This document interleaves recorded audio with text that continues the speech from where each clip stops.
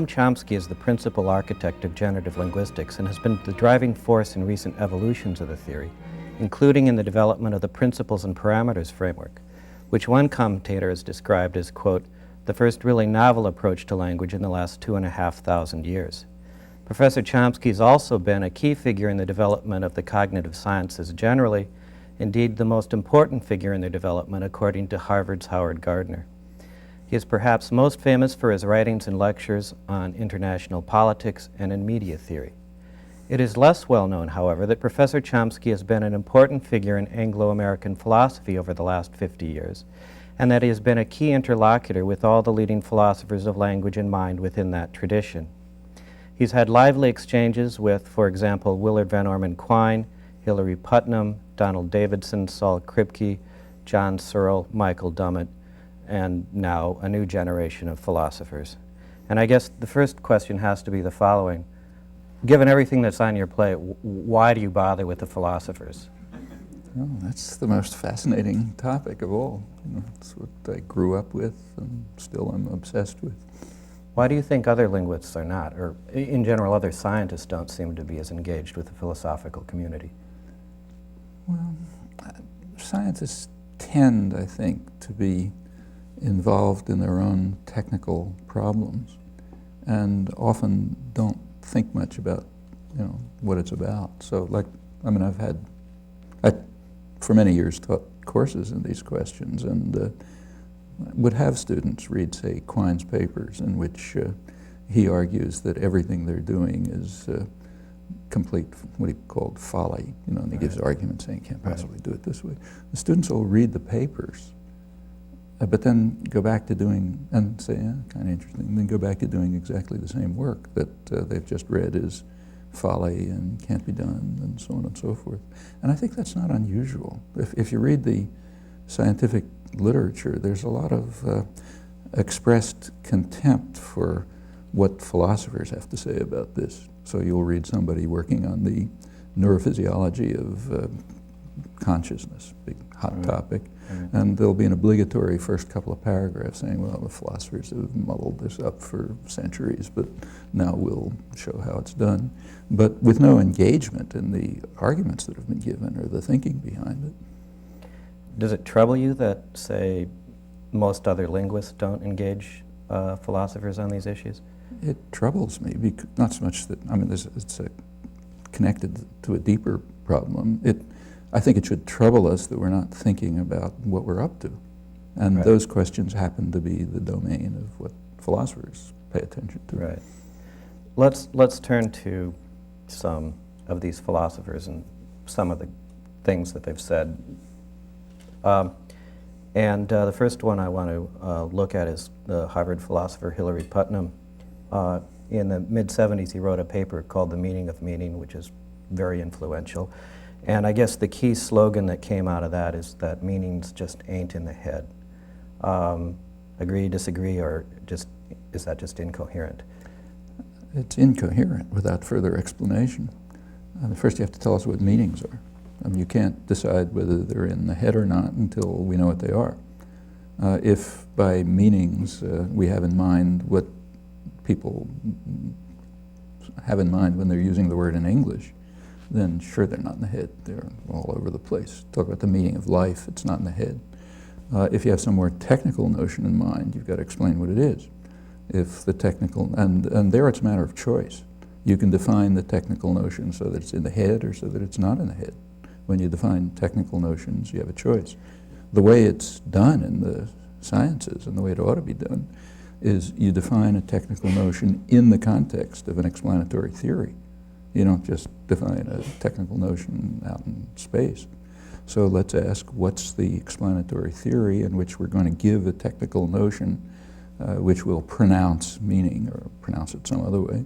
And then we'll ask whether that theory is a sensible theory and does it place this technical concept in the head or not. But all that extra work hasn't been done.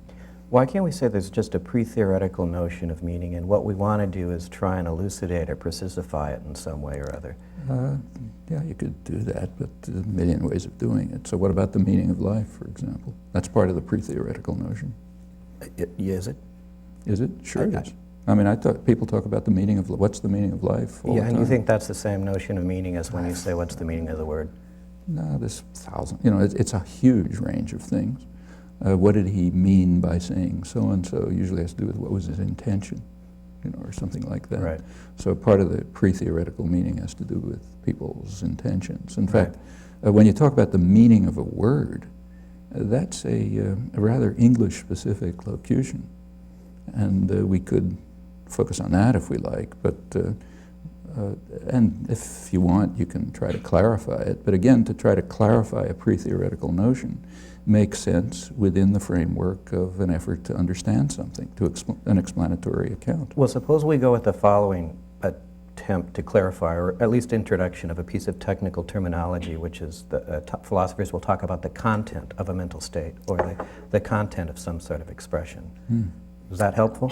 No, because content is a technical notion. It's not being used in the sense of the ordinary concept content. Right. And it, by now, since Putnam, in fact, and Kripke and others, it's typically used to refer to something out there. So the content of an expression is not in the head by definition, because we've defined it to be not in the head. Right. All right, then the question is, well, does that have anything to do with our notions of, does that have anything to do with our understanding of the way language works and is used? Okay, that's the question. And you can certainly, I think it has very little to do with it. Well, suppose we thought of it this way. Suppose we thought of the enterprise being sketched in the following way. There are two ways in which you might study primates, for example. You might study primate anatomy, in which case you're just concerned about, you know, bones and muscles and tendons and so forth. And then you might also study primate ecology, in which case you're studying the relation between the primate and its environment. And I take it that what these philosophers are talking about here, when they talk about external content, is that they're saying a part of talk about meaning has to be analyzed in terms of thinking about the organism, the human organism, in relation to its environment, right? So it has to, if you want to study the relation between the human organism and its environment. And that's fine, there's nothing wrong with studying the human organism and its environment. That's what sociologists are doing all the time. Right. But you have to do it seriously. If you want to do it seriously, you ask, first of all, let's go back to primates. When you study primates in their ecology, you don't just look at the anatomy of primates.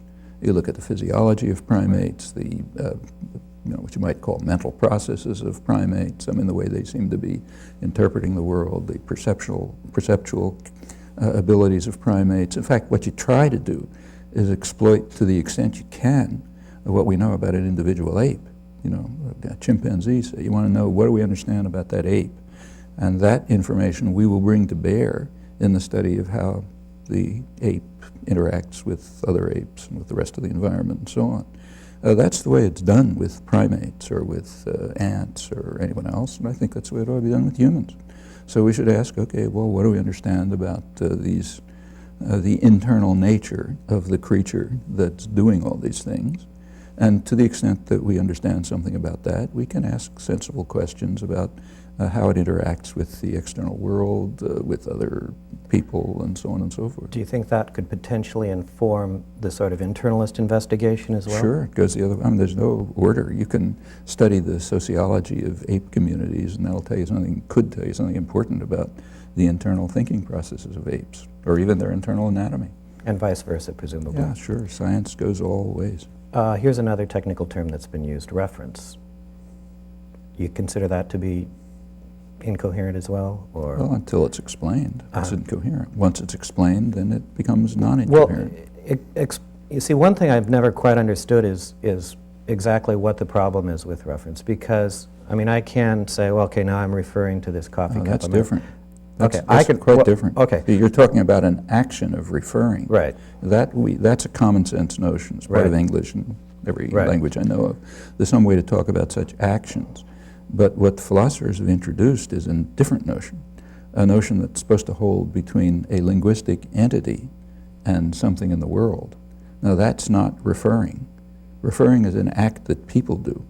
Peter Well, yeah, this is a Strawson point that goes pointed back this to out Strawson, 50 right? years Yeah. ago, but I mean, it goes way back. But Well, and it's just a fact. you okay, know. so let's Now, if take you wanna, this- if you want to make up a technical term which you pronounce the same way, Yeah. first of all, it's questionable whether you should pronounce it the same way because it's misleading. But if you do, let's at least keep clear that it's a technical term, kind of like physicists use energy. You know, they don't mean it the way we do in ordinary language. They mean it the way they say they mean it. So let's take the technical term, refer or denote or whatever you want to call it, and tell us what it's supposed to, tell us what you mean by it, and tell us what explanatory theory it enters into. So when a physicist defines energy, you're not interested in the definition. You're interested in the set of principles and assumptions and so on, problems and so on, within which that technical concept is introduced. And then you look and see how good the theory is. Well, here we don't have any theory. And we don't even have an explanation of what the technical notion is. So it's impossible to talk about it. Yeah, I think it might be a mistake to think of it as a technical notion. I mean, I think it's just a sort of precisified way of describing certain basic core level facts, right? Right. So for example, I might say, well, once you understand that people refer to things and so forth, it's not a hard step to say, well, okay, certain names are canonically used to refer to certain things and certain individuals. So the name Noam Chomsky, I mean, I can ask the audience here, what person in this room does that term refer to? Well, and no you one's could gonna ask, have trouble. what do you use that term when you refer to something in the world? That you can ask. But when you ask what the term refers to, you're assuming that there is a relation between terms and things. And then you have to explain what that relation is, because that's a new one. We don't have that in ordinary language. And in fact, I think it's leading us off into a wrong picture, as Wittgenstein would have called it. And it's leading us to a picture of language, which is, we know what it's based on. I mean, it's based on things like Frege's, the theory of arithmetic, and it's just the wrong picture for language, I think. I want to change directions briefly. We may actually end up being sucked back into this issue. Donald Davidson, in a paper called A Nice Derangement of Epitaphs, said, or basically argued that there's no such thing as language. And I've always sort of thought that you may not want to admit it, but on some level or other, you probably agree with that, right? No. In fact, I think he ended up contradicting himself. I think there's some discussion of it in here or somewhere. If you look at the end of the paper, it turns out he's presupposing that there is a notion of language in the technical sense of an internal generative procedure that relates sounds and meanings and so on. He says there's no notion of language in another sense, the sense of some community property or whatever. Well, okay, first of all, I don't even think that's true. It's not a scientifically usable sense. But I think the paper is just rife with confusions. I've written about it. So you think there are such things as languages? Yeah, like there's such things. In an informal sense. Like there's such things as the meaning of life. And I understand it when people ask what's the meaning of life. So yeah, there's such a thing as the meaning of life. There's such a thing as the financial crisis in Argentina. There are all kind of things in the world. But if you want to proceed to understand what you and I are doing, those notions just don't help. You've got to look at it differently, the way we look at primates, other primates, in fact. Well, let me read a quote from something you wrote recently, okay? Where you say, I doubt that people think that among the constituents of the world are entities that are simultaneously abstract and concrete, like books and banks, or that have the amalgam of properties we discover when we explore the meanings of even the simplest words, like river, person, city, etc. Yeah. You think the average person doesn't believe in cities? That's a technical question. Okay. It's a question if you try to figure out what a person's folk science is, how people think the world is actually constituted of entities, which is not, do I talk about books? Of course we talk about books. We talk about the meaning of life and so on. Right. But if you ask people, well, how do you think the world really works? That's the problem of ethnoscience. Right. It's like you go to some other community and you try to figure out what's their idea about how the world works. Like maybe the classical Greeks thought Apollo pulls the sun through the sky or something.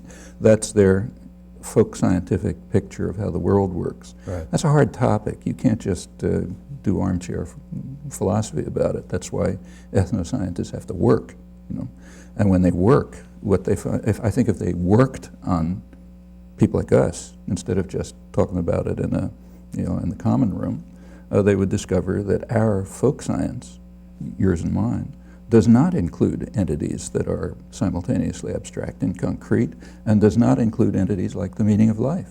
That doesn't mean we can't talk about them. Sure, we talk about them all the time, but we don't, at least I don't, and I presume other people don't, think of them as constituents of the way the world operates. We don't do that when we're talking to each other informally. Now, that sounds a little bit more moderate than what you've said elsewhere. Here's a passage from, I believe this is from New Horizons, where you say, in the domain where questions of realism arise in a serious way, in the context of the search for laws of nature, objects are not conceived from the peculiar perspectives provided by the concepts of common sense. That's absolutely right. See, but there's several different enterprises you have to distinguish here, and I don't think it's more or less moderate. It's about a different topic. When you're trying to understand something about the nature of the world, you and I, anybody, you start with some kind of what's called folk science. Almost every society we know has some picture of the way the world works, which is more or less commonly shared. If you try to do this more reflectively and carefully, and bringing in other criteria, and probably bringing in other cognitive faculties, we don't know that for sure, but I suspect it, then it becomes the enterprise of science, which is a different enterprise, and a peculiar one. It's not folk science, it's science.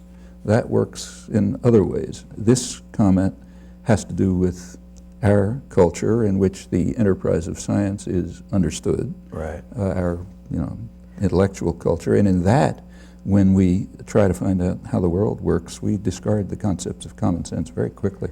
But it sounds to me here like what you're saying is that the only things that are real, right, are the things that science tells us are real. So it sounds like what you're saying here is that, well, this table isn't real, but maybe, quarks. Real is an honorific term. Okay. You can use it any way you like. I mean, to say, if I say something is true and then I add, well, it's the real truth, I'm not saying there are two different kinds of truth, the truth and the real truth.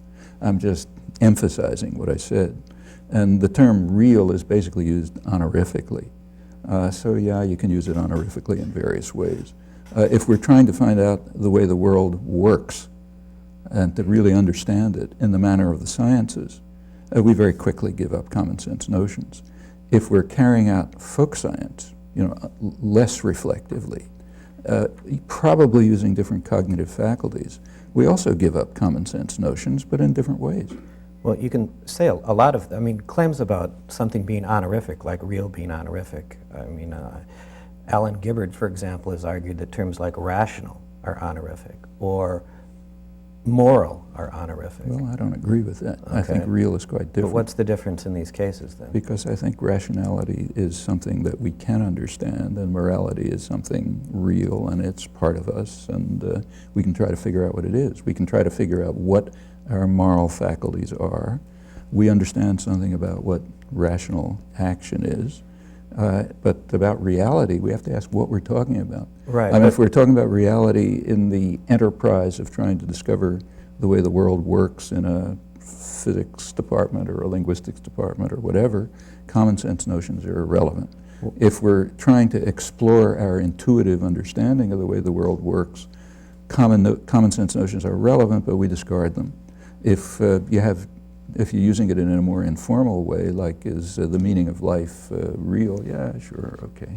Well, look, there's a sort of space between ethnoscience and science, right, and common sense and all of those.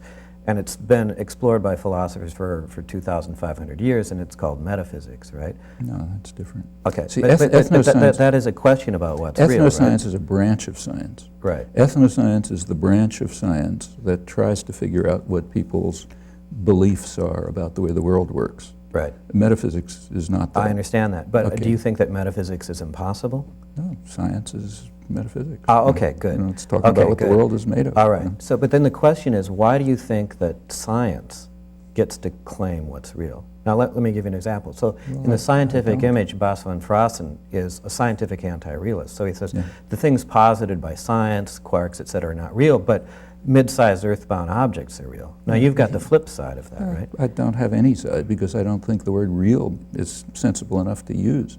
I mean, they're all real in different senses. If you're trying to understand the way the world actually works, whether you're Bas van Fraassen or you or me, we're going to go to the scientists because they tell us how the world really works.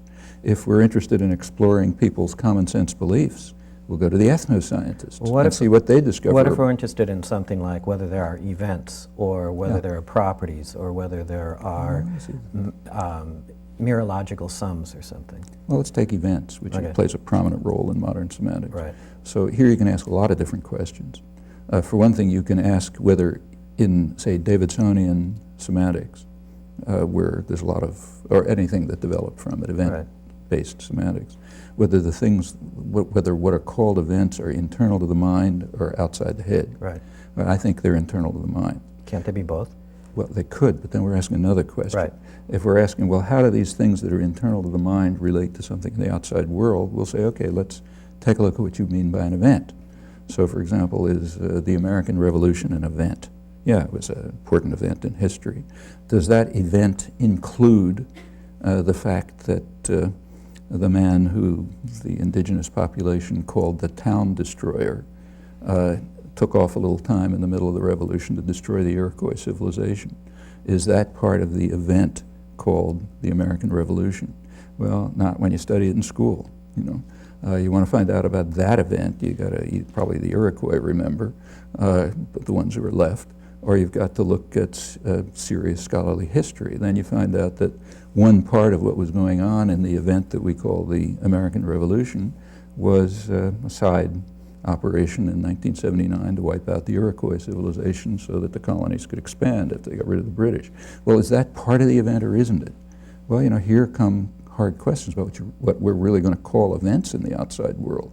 And those questions don't have answers because they are, you know, they're highly dependent on our interests, our perspective, our goals, you know, all kinds of factors. So I don't think we're going to find external events in any sense worth pursuing for investigation of what the world is like. Why can't these external events just be complicated objects? It can be anything you like, but is the town destroyer's exploit part of the American Revolution or isn't it? Well, that event. It well, sounds, you know, it's your choice. But there's no answer to that. Yeah, but now it sounds like you're saying that, well, I have representations of events, right? The representations I have representations. You have representations. I have representations, some which we informally call events. Right, but now one might ask, what on earth is a representation if it's not a representation of something? Well, see, that's a mistake that comes from a philosophical tradition. The way the term represent is used in the philosophical tradition, it's a relation between an internal object and an external object. Exactly. It's not the way it's used either in ordinary speech or in the sciences.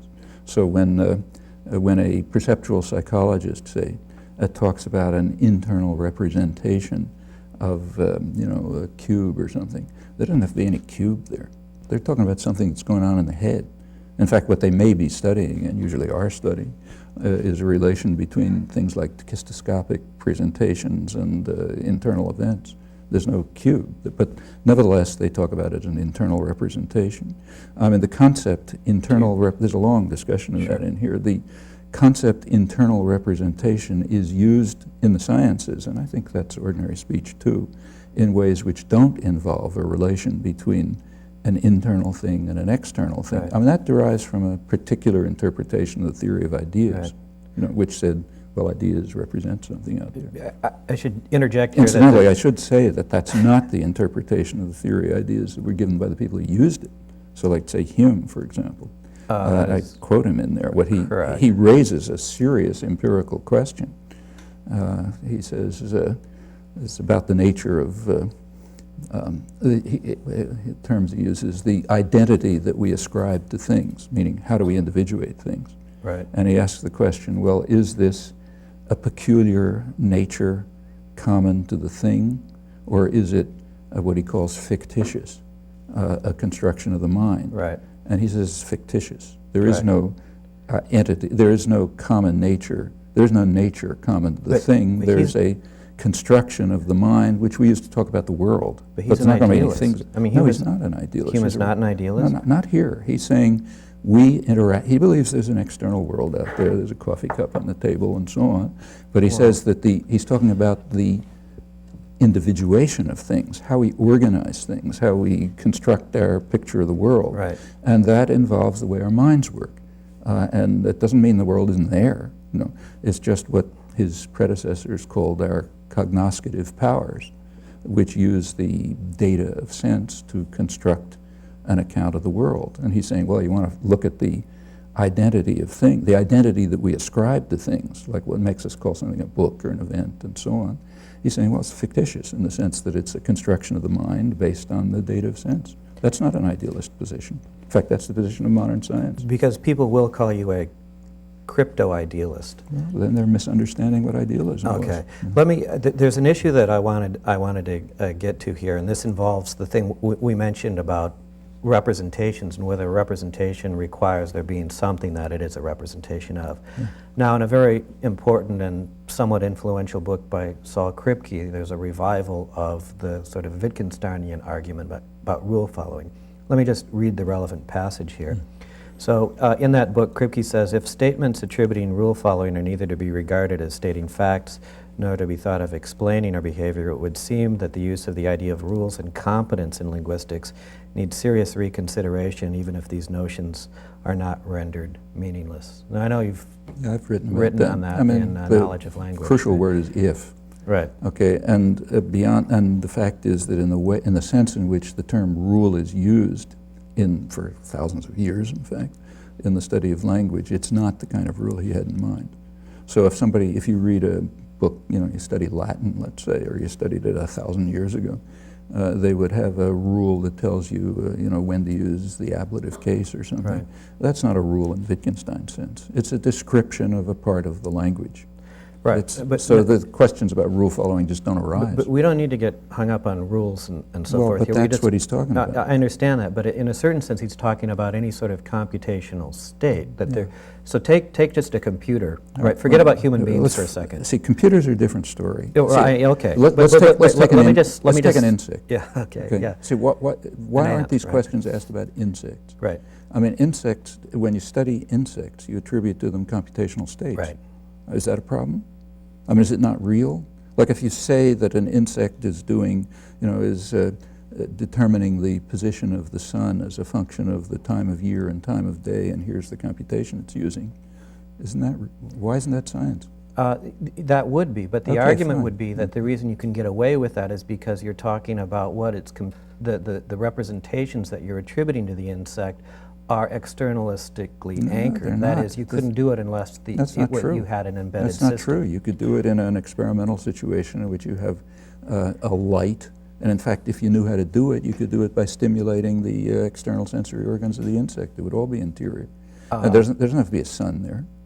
It's just that, you're talking about it the way it happens actually in the real world, but the same thing, you would say the same thing in an experimental setting where you don't have an external world. Well, because you're talking about the internal construct computations of the insect on the occasion of sense. Notice doesn't matter what's out there. Notice the shift there, though, because you went from saying you don't need the sun in the experimental setting to saying you don't. Say the same thing. You could run the experiment in a world that didn't have the sun, and that's a different story, right? No, it's not a different story. The point is, if you look at what insect scientists are studying, they're studying what 17th century philosophers used to call the constructions of the mind on the occasion of sense. Right. Now, it happens that in the world that they're looking at, the occasions of sense happen to be related to the fact that there's something 93 million miles away. Right. But the study could go on as if it's what Hillary called a brain in a vat. The studies are internalist because we don't know anything else to study. But this is disputed, right? I mean, there is this dispute about David Marr, right? I mean, there's two stories on this. Tyler Burge and Martin Davis, for example, argue that Marr is sort of fraught with externalist sort of. Yeah, but they're just misreading him. Okay. I mean, in fact, I have to know Marr personally, but I'm sure if he was here, he would say this. If you look at the informal exposition in Marr's vision, let's say, book vision, you look at the informal exposition, in order to motivate what he's doing, he says, well, imagine, an elephant or something, or anything like a stick figure, and you're trying to, we want to know how that thing out there is interpreted by the visual system as, some three-dimensional object. Right. However, if you look at the experimental procedures of Marr, they didn't have elephants out there. In fact, what they were using was tachistoscopes, so they were having dots on screens. And if they had known how to stimulate the optic nerve, they would have done that. When you go from the informal exposition to the actual science, you see that, like everything else, it's a study of the internal nature of the beast. And in fact, they would have loved to get to the point where they could tell you something about how you identify an elephant, but they never got anywhere near that. However, even if they did, it wouldn't matter whether the elephant is there or not. It would matter what sensory, what's the occasion of sense. Again, the 17th century formulation of this was, I think, quite appropriate.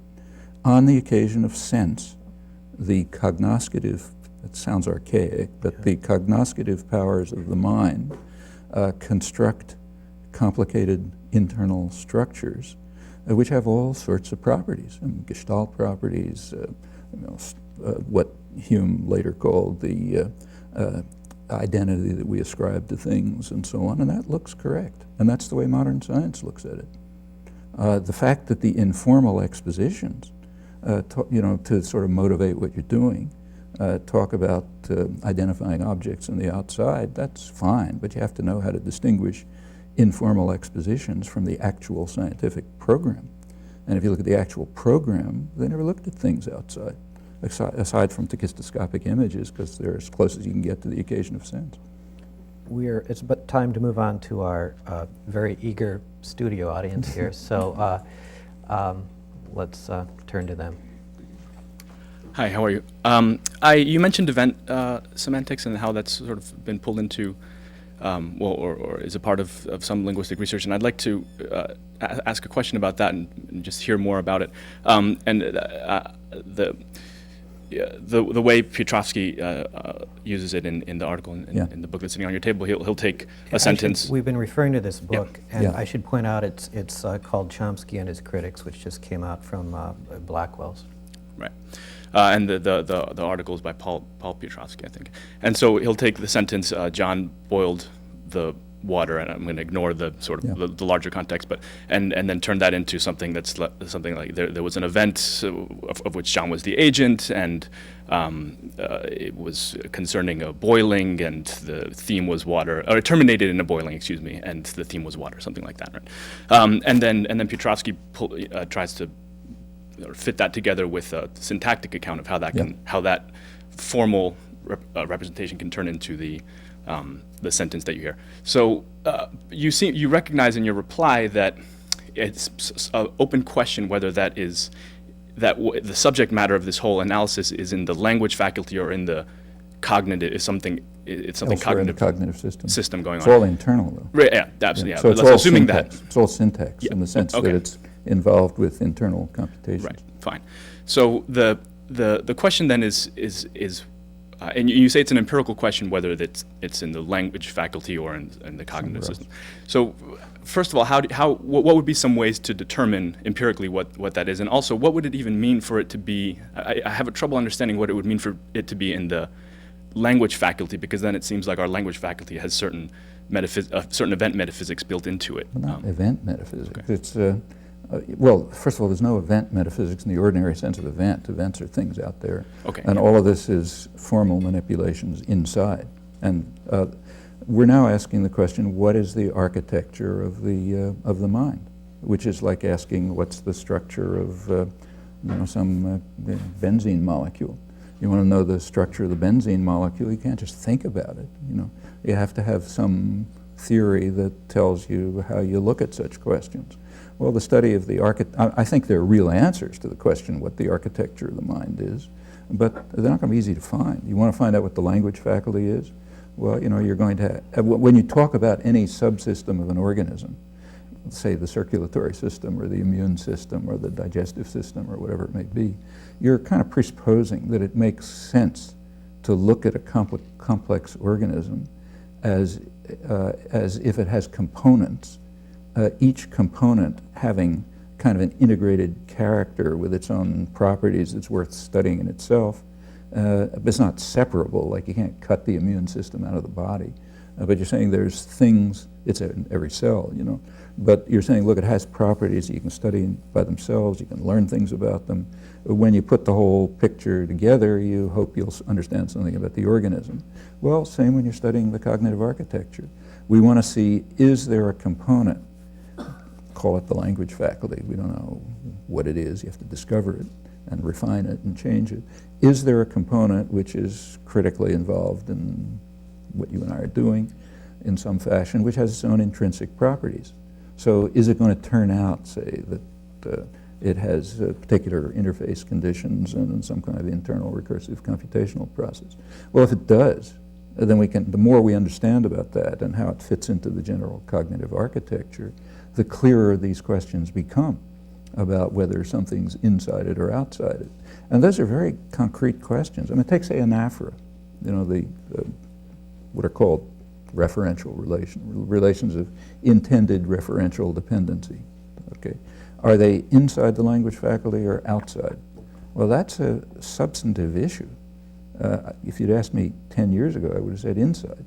Now I think there's evidence that they're outside, right on the edge. And the reason for that has to do with beliefs about how the language faculty works. So if the language faculty does involve optimal computation that requires cyclic derivations, and if anaphora looks at global properties, you know, condition C of the binding theory, well, it's outside. But that's a question that you can't ask in advance. You have to ask, well, what does it look like? What does it seem these faculties are like? You know, the more you learn about them, the more you can formulate these questions clearly. And that's the kind of question that comes up about the internal notion of event.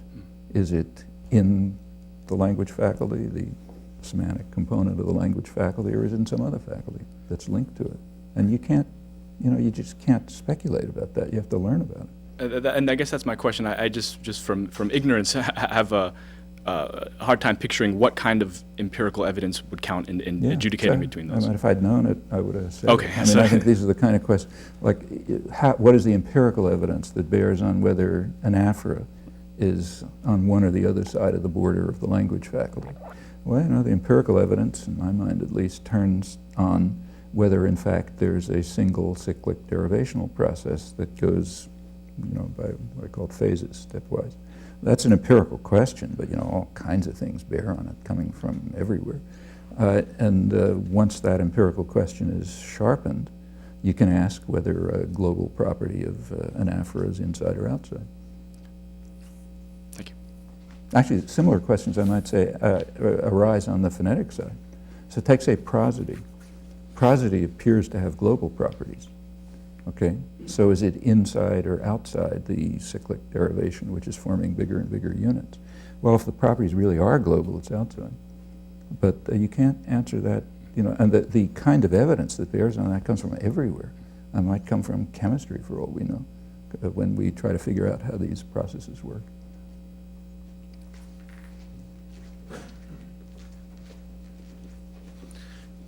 You've made it clear that science plays a primary role in philosophy, and I was curious to know what role, if any, does philosophy play in science?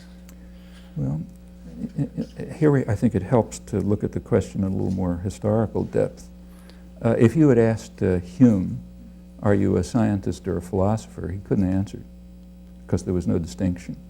If you'd asked Kant, are you a philosopher or a scientist, he couldn't have answered.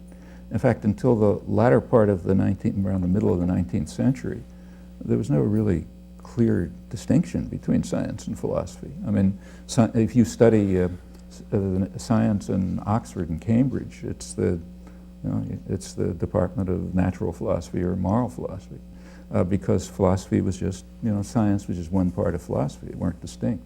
By the latter part of the 19th century, they sort of became separated. And after that, it's really a matter of choice. Disciplines don't exist.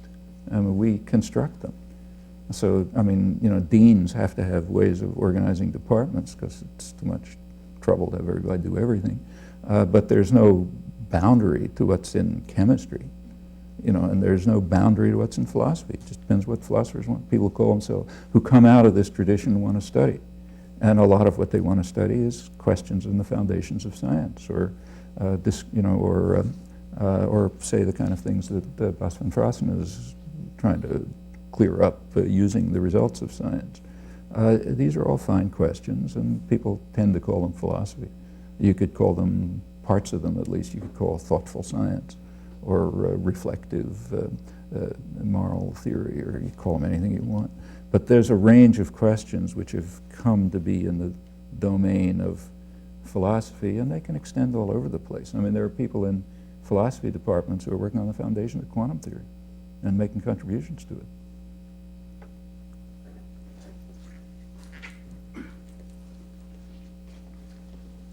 Hello. I'd like to go back to insect navigation once more. And I take it that we explore insect navigation because we want to find out how insects navigate in their natural environment. And you're right to point out that in an experiment we can replace the sun by an artificial light and so on.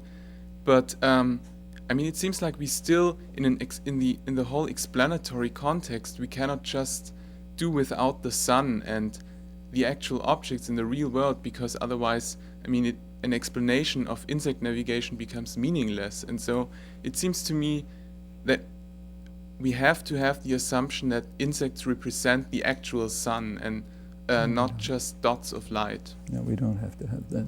In fact, the way science works, of course, you know, you're interested in the outside world, but if you're taking a physics course here, they don't use videotapes of what's happening outside the window, because it's just useless. You know, it doesn't let you figure out how the world is working.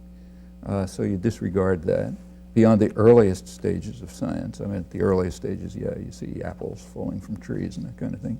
But as soon as you get anywhere, you start designing artificial situations called experiments, in which you try to refine the evidence so that it will shed light on principles which you believe will ultimately bear on what's going on outside the window, but that's not what you're looking at.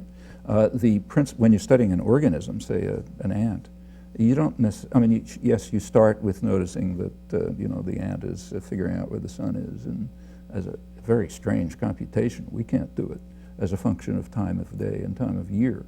But as you go beyond, you ask, well, what are the actual computations going on inside that? And if you could get far enough, you would set up experimental situations in which you wouldn't bother with the sun. You'd figure out what those internal computations are. You then find that they interact with all kinds of other things. You know, they're not done in isolation. And out of that, you expect you're going to shed some light on what's going on when the occasion of sense that the insect is operating on happens to be connected to an external object, like the one 93 million miles away. But that's just kind of like a consequence of the investigation of the ant. But if I could follow up on this question, I mean, this seems to be inconsistent with what you say in this reply to Ludlow here, where you're quoting Gallistel, right? So you say, Gallistel 1990 argues that the representations play a key role in animal behavior and cognition.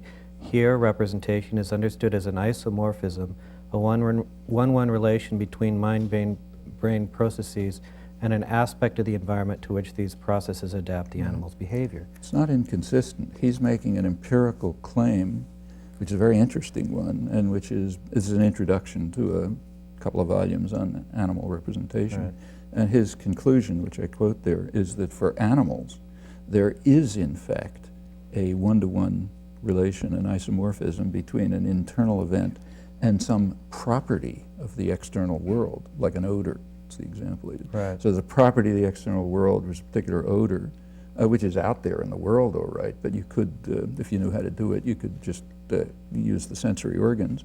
And he says that's the way animal representation works, with this one-to-one correlation between things that are outside the animal, though you're really studying them at the sensory boundary, right. And the internal representations. Well, if that's correct, that's an interesting fact about animals, and they're very different from humans in that case. So then maybe he's right about It ants. could be, yeah. It could be Okay. that they take the example I mentioned there. I think it's taken from him, Right. that an ant, some species of ants at least, will identify a corpse of a conspecific on the basis of a particular odor. Of course, if you give that odor and there's no conspecific around, they'll do exactly the same thing. Because according to this picture, he's saying, well, it's just triggered by the odor, which usually happens to come from a conspecific. But if you could control odors the way you can control lights, you could get the same behavior, according to him, if there's no conspecific. Uh-huh. Yeah, but just one more clarification question. It seems to me that no scientist can claim he has explained any kind of animal behavior if what we take to be its natural environment doesn't play an essential role in this explanation. And so I think if the relation between an ant and the sun, for example, it doesn't show up in this theory, then we haven't really explained what we wanted to explain. Well, it depends what you want to explain. If you, let's say the sciences, as the modern sciences have developed since Galileo, this is something of an innovation, they really are not trying to account for the phenomena of experience. I mean, indirectly, that's what motivates them. But what they're trying to do is discover the principles that enter into the way the world functions. And if you ask the guys in the physics department here, can you explain this videotape of what's going outside the window, they won't even bother answering. I mean, they can't say anything about that. It's way too complicated, way too many factors, and it's not even their topic. Their topic is to find out the principles of nature. So like when Galileo had a lot of problems with this. If you go back and look at the history, he had a lot of trouble convincing the funders, the rich aristocrats, who were the funders in those days, convincing them that it's worth studying something as ridiculous as a ball rolling down a frictionless plane. No, because first of all, there's no such thing. Who cares anyway, you know? It was a conceptual breakthrough to get to the point where you began to understand that the phenomena of the world are of interest for the sciences insofar as they provide evidence for the principles of nature. And as soon as you proceed very far, you find out that the ordinary phenomena of nature is useless for this purpose, and you do what are called experiments, and sometimes thought experiments. Like you look back at Galileo, there's no reason to believe he ever dropped balls from the top of the Tower of Pisa. If you look at the argument, he gives a purely conceptual argument, convincing one, to show that that's what's going to happen. And it didn't matter whether you observed it or not. In fact, you don't observe it. But his argument was convincing because of the logic of it. And that's true of a lot of his experiments if you read through them, scholars have now determined he couldn't have carried out those experiments. There was no way for him to do it. Some of them he probably did, some of them he was thinking about. But the point is, almost none of them had to do with observations of, what you just a casual look at the world. The same with the theory of perception. So, for example, take an example of Descartes, which I'll adapt to this situation, but it's a Cartesian example. He says, if I look out there, what I see is a lot of people sitting in a room. Well, Descartes points out, literally that's not what's hitting your eye. What's hitting your eye is, something that's coming from that guy's head and that guy's foot, but there's nothing about people sitting in a room. Nevertheless, what you see is people sitting in a room. And then he says, well, how does this happen? And then comes the whole story about, on the occasion of sense, the cognoscitive powers make these complicated constructions, which include imposing the structure of people sitting in a room on these fragmentary sensations that are coming to me. But you don't, in perceptual psychology, as it proceeds, you don't study phenomena like people sitting in a room. That's just way too complicated. But this isn't fair to the questioner, though, because he's not arguing against idealization. I mean, you could have a perfectly controlled experiment and still talk about, That's right. For example, in a simple, take an old sort of Skinner-type experiment with a pigeon pressing a bar. I mean, you could describe that behavior as the pigeon moving its claw or whatever, or you could describe it as bar pressing behavior, right? That's now, so I mean, this is not, if It's you not an turn- issue about idealization. No, The no, we're not- questioner could easily Yeah, say... but we're asking, he was, well, at least I understood him to be asking Okay. something different. Okay. If the scientist cannot give an account of my seeing people in a room, they're not giving an explanation. That's far too strong. I mean, the scientists are giving explanations even if they can't get anywhere near describing real-life situations, and in fact, that's about all of modern science. The bar pressing is an interesting case because Skinner did impose on it the interpretation bar pressing, and that turns out to be wrong. It turns out with closer look that the pigeon pecking, which is what it was doing, actually incorporates different instinctive behaviors. The behavior of pecking for a seed and pecking for water turn out to be different instinctual behaviors which happen to converge in this experiment. You just mislead yourself if you call it the same thing. Isn't that Skinner's mistake, is that he was an internalist, and if he'd been an externalist, then you would see that pressing for a seed and pressing for water are different, these are different internal, behaviors? No. It has nothing to do with externalism and internalism. I mean, the motivation for distinguishing seed from water comes from observing pigeons. But if you want to really carry it out further, you'll find out what's going on in the pigeon's head on the occasion of sense. And if you could carry out the programs far enough, you'd forget about the seed in the water, just like David Marr does. He doesn't talk about external things because he's trying to really discover what the principles are. So it's nothing to do with internalism and externalism. What it has to do with is giving the right idealization or the wrong idealization. Okay. And we're always doing that. I mean, every experiment Okay. involves, all kinds of interpretation as to what you're going to think about this thing and that thing. As the sciences get more refined, you try very hard to, not to cut it out, because you can't, but at least to be consciously aware of what you're putting in. Yeah. So you can sort of compensate for it if it's the wrong thing to put in. Okay. Next question. Hi. I think I have a much less sophisticated question than the previous one. But you have characterized I language generally as an interface of sound and meaning. And at the same time, here you've also been very critical of the various senses of the term meaning and reference. So I just wanted to ask you if you could clarify, what do you mean by meaning? Well, I mean, that's, again, like David Marr saying, I'm trying to figure out how you see an elephant. We start with the intuitive notions of sound and meaning, whatever they are. And, you go back to Aristotle, and he describes language as a pairing of something like sound and meaning, saying it in Greek. And yeah, that's where we start with. But as we proceed, we're going to have to refine both of these notions.